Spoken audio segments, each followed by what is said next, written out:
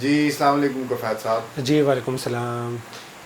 اچھا کفایت صاحب، آپ خود ہی اگر تعارف کرا دیں تو بہتر ہے کہ یہ آپ کا جو ادارہ ہے اس کا نام کیا ہے اور یہاں پر آپ کس چیز کا ٹریٹمنٹ کرتے ہیں؟ جی بہت شکریہ آپ کا وزٹ کا. اور یہ the new life rehab and psychiatric centre کے نام سے ہمارا ادارہ لاسٹ 10 ایئر سے ہم کام کریں اسلام آباد میں، اور یہ رجسٹرڈ ہے اسلام آباد ہیلتھ ریگولیٹری اتھارٹی سے.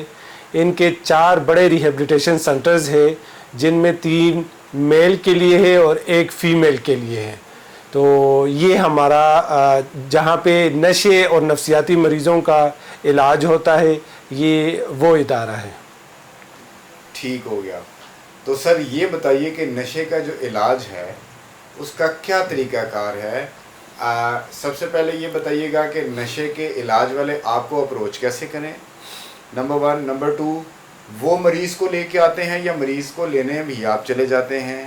نمبر 3، مریض کو لانے کے بعد پھر پہلا پروسیس کیا ہے؟ دیکھیں، سب سے پہلے ضروری یہ ہے کہ علاج کے طریقہ کار کو ہم سمجھیں، کیونکہ نشے کا جو مریض ہے وہ 90% ڈینائل میں ہوتا ہے اور علاج کے لیے راضی نہیں ہوتا، کیونکہ جو نشے میں جو سکون ہے وہ اس سکون کو چھوڑنا نہیں چاہتے. ٹھیک ہے، وہ فیملی حضرات، وہ پیارے جو انہوں نے فیصلہ کرنا ہے، وہ ریہیبلیٹیشن سینٹر کا وزٹ کر سکتے ہیں، اپنے پیاروں کی جو ہے نا وہ کنڈیشن ڈسکس کر سکتے ہیں، وہ کون کون سی ڈرگز لے رہے ہیں، یا وہ اس میں کتنا چڑچڑاپن ہے، یا وہ اور چیزوں میں انوالو ہو چکے ہیں، تمام تر ہسٹری دیتے ہیں. اس کے اکارڈنگلی ہماری جو ٹیم ہے، ہمارے جو سائکیٹرسٹ ہے، ہمارے جو ڈاکٹرز ہیں، پراپر ہم گائیڈ لائنز کے ساتھ ان کو ٹریٹمنٹ پروٹوکول بتاتے ہیں. جیسے کہ اگر میں آپ کو نشے کے علاج کا طریقہ کار بتاؤں تو ہمارے پاس 2 طریقوں سے پیشنٹ آتا ہے. ایک کرائسس انٹرونشن کے ذریعے پیشنٹ یہاں تک لایا جاتا ہے، اور ایک فیملی کسی بھی بہانے سے یا ٹیسٹ کے بہانے سے یا ان کو جو ہے نا آپ کہہ لیں کہ مشورے کے مطابق کہ ہم نے آپ کا علاج کروانا ہے، تو ان کو یہاں تک لانے میں کامیاب ہو جاتے ہیں. مریض جب ریہیبلیٹیشن سینٹر میں آ جاتا ہے، سب سے پہلے ان کا ڈرگ سکریننگ پروفائل ٹیسٹ ہوتا ہے، جو اتھینٹک لیبورٹری سے ہوتا ہے. اس کے اکارڈنگلی اگر ڈرگ سکریننگ پروفائل میں جو ڈرگز جو پوزیٹیو آتی ہے، اس کے اکارڈنگلی ہمارے جو کنسلٹنٹ سائکیٹرسٹ ہے ڈاکٹر سید علی اظہر کاظمی صاحب، وہ اس کا پراپر طریقے سے میڈیکیشن ایڈوائز کرتے ہیں. ڈیٹاکسیفیکیشن کی میڈیکیشن ہوتی ہے، پین فری وڈرول ہوتا ہے. اس کے ساتھ ساتھ آفٹر 2 ویکس کے بعد میڈیکیشن کے ساتھ ساتھ جو ہے نا پیشنٹ پھر سائیکو تھیریپی میں، اسپرچل تھیریپی میں اور 1-on-1 سیشنز میں انڈور اور آؤٹ ڈور گیمز میں انوالو ہو جاتا ہے.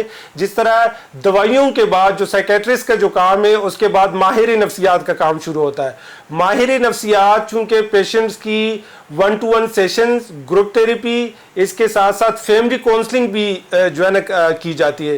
اس کے ساتھ ساتھ ہم پیشنٹس کو انڈور آؤٹ ڈور گیمز بھی کرواتے ہیں، جس میں ہیلدی روٹین ان کی صبح سے لے کے شام تک ہم نے رکھی ہوتی ہے.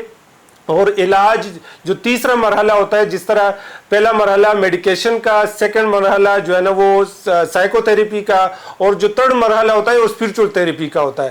اس میں ہماری کوشش ہوتی ہے کہ مریض کی منیمم ٹائم پہ ڈیٹاکسیفیکیشن کے بعد ان کو دوائیاں بند کر دی جاتی ہے اور ان کو زیادہ سے زیادہ ہیلدی روٹین میں انوالو کیا جاتا ہے، تاکہ بغیر کسی قسم کے دوائیوں کے وہ کونسلنگ میں، گروپ تھیریپیز میں، 5 وقت کی نماز میں، سورہ رحمان تھیریپی میں وہ انوالو ہو سکے اور وہ ایسے سکل سیکھے کہ باہر جا کے وہ نشے سے دور رہ سکے.